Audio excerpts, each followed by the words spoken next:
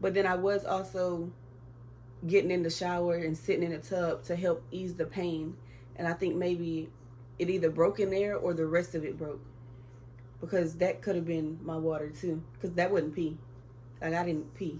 It just came out. Oh, no. But I was telling her, no, like, I don't remember it breaking. I didn't feel nothing. And then they decided to put, I forgot what it's called, but basically they put something up there to where it kind of like replacing the fluid. Yeah. So it was putting fluid in there for him. And so they did that and was still monitoring everything, his heart rate, and it was still the same. They made me change positions. It was still the same. Then I got on all fours and it was still the same. And then that's when they started talking about a C-section. And they was like, well, the doctor actually, she was like, well, if his heart rate doesn't get up to, basically up to par, then we might have to do an emergency C-section. That was like, for you, probably like the most devastating thing to hear. Yeah, because I didn't want a C-section. But also I was concerned for him. Yeah. Because I was like, dang, like, what if I have him? And I don't go home with him. Let's see. But then they started talking about a C-section. At that point, I'm not gonna lie, I was scared. But I was trying to, like, keep my composure. Because I knew me being scared wasn't gonna help him. It was just gonna stress him out even more. So, boom, you get to the spot where everything is about to go down. Well, wait, before that, though, I was asking a bunch of questions because I was like, they was talking about an epidural. I didn't want an epidural because I know the epidural make you not feel your body, and I like to feel my body. But they was talking about an instant epidural, which would put me straight to sleep for an hour, and I did not want that. And then they was talking about the regular epidural that would just numb me. Then we got to the table, basically. And what's your question? No, I was basically kind of directing you to the further spot. So yeah, they basically called it, all right, we're finna do an emergency C-section. They gave him his dressings to put on, and then they rolled me out and was gonna come back for him. Yeah. So I get in a room. They switched me from the bed to the table, and they do the epidural. But the epidural, it took them at least 10 minutes to do the epidural. Because when she was doing it, I was like, damn, like, if she don't do it fast enough, in my head, I'm like, they might have to just put me to sleep. Because she was taking a little too long. But the needle, she said, kept bending when she put it in. And then when she was doing it, I was kind of moving. Because it hurt. It felt like a long-ass bee sting. So, and then she was like, well, let me know if I'm too much to the right or too much to the left. Like the needle. And at times she was, so she had to take it out, put it back in before she injected the stuff. So she did that about 10 minutes, and they finally got it. And then everything just started getting warm and numb. Then they laid me down, and then they strapped my arms on the table. And then I remember her asking me if I can feel, I guess she had like a knife or something on me. She was like, I'm poking you with so-and-so, can you feel it? And I was like, no. And then they was like, okay, y'all can go get Dad. And that's your part, because you come in. All right. Well, from my, like, all right, a little bit before she had got in the room or whatever, basically, I was nervous as heck, you know what I'm saying, because I knew what this was. This was, like, I guess, the worst thing. Well, not the worst thing, but I guess, like, delivery-wise, the worst thing. And knowing for me, like, for my situation. Exactly. And also because my mama went through the same thing, so I kind of knew. But for me being like the only one there, it was just like, dang, I gotta be strong. Yeah, be strong and kind of fill the gap for everybody else that would have wanna been here. Like I couldn't be I guess freaking out or like stuck. Because like I guess I could have did that, like if somebody else was here, you know what I'm saying, with all the COVID stuff going on, I was the only one that could be there. So I think your mama was calling your phone at first. Yeah, she was. She was like blowing your phone up. And I had both of the phones at the time. Then she called my phone while I'm getting dressed. Now I'm kind of freaking out. Like, I took off my shoes and I wasn't supposed to do that. I like kept on my regular mask and not the mask they gave me. Like, it was a lot of like, just a lot. My head wasn't there. I was still thinking about like, dang, what, just all the possibilities or whatever. But I basically was kind of like stumbling over my words when I was talking to your mama. Just because when I was telling her stuff in my head, I'm also thinking.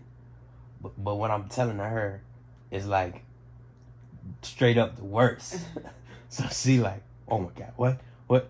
So I mean, she already freaked out over like, little stuff. Yeah. So I knew she was going crazy, and she was just like, just make sure she good, just go. And I get in there, and as I walk in the room, I basically see like, I guess like her all open or whatever the case.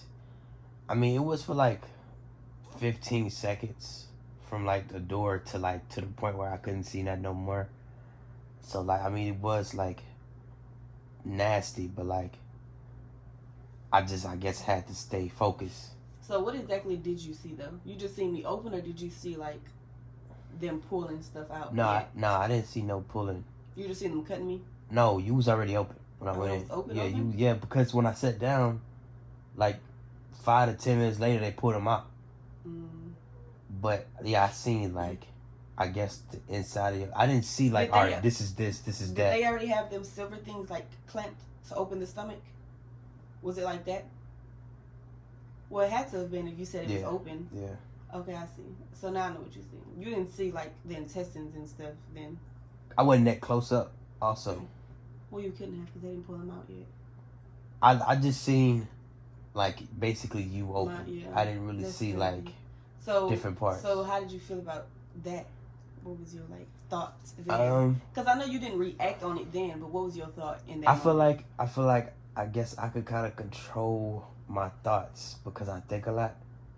So I was still thinking about all the stuff that I was thinking about before, like what my mama gonna react when she see him, or like how can I guess make the situation better. So I really wasn't focused on like, dang, she's open and this is, because that's gonna make me freak out even more. Yeah. So that's actually how I try to do like with all the bad stuff that happened.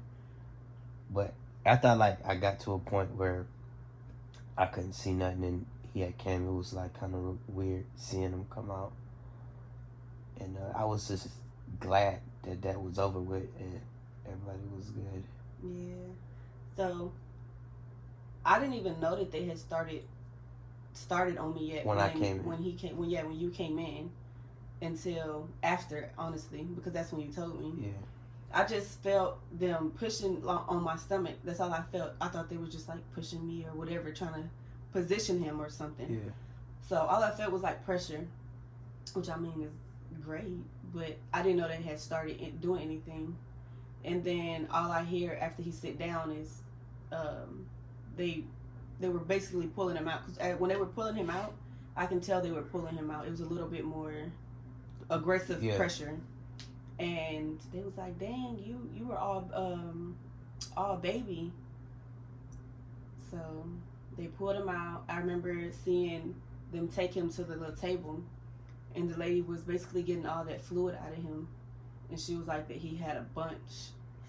But we think it's from when they put that false fluid or whatever in there to try to keep him moist.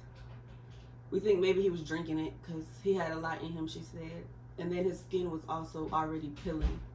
You know, normally the baby don't start peeling until like 2-3 days, maybe a week. But he was already peeling.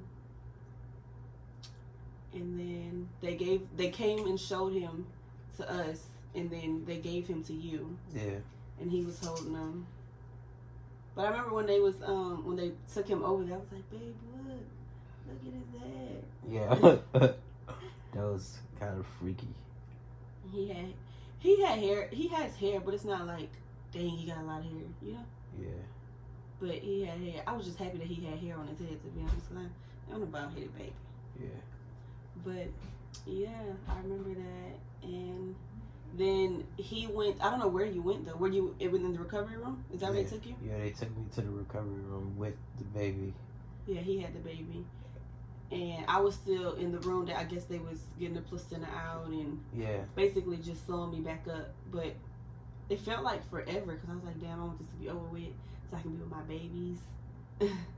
I just wanted to be back with you because I hate being alone, especially in hospitals. Yeah, that leaving me probably was the hardest part. But that's crazy. Like, it's like a whole new journey now. Yep. So now we have the baby. Well, my mom got the baby right now. But now it's just like, I was honestly in like awe that like, damn, we made this little baby. Yeah. Because I remember the first appointment, he was like a little peanut. True. So just like imagining like all his features that just came into play. Yeah. Yeah, that's crazy to think about. And even when we was going to get the gender reveal, I felt like that was interesting. Yeah. We had to go way kind of. Yeah. Boondocks. Yeah. But yeah. But yeah, we're going to start posting more. We just got to figure out when and what basically. Honestly, we should just wake up, grab the camera, vlog. And if, some people just watch it, some people won't. But that's how you get started. But it'll definitely be like family vibes, baby vibes, couple vibes. True. Few mukbangs, stuff like that. Or the way we talks, story times. How much times we eat, it'll probably be a lot of mukbangs. Oh yeah, a little bit. But yeah, until the next one, signing out.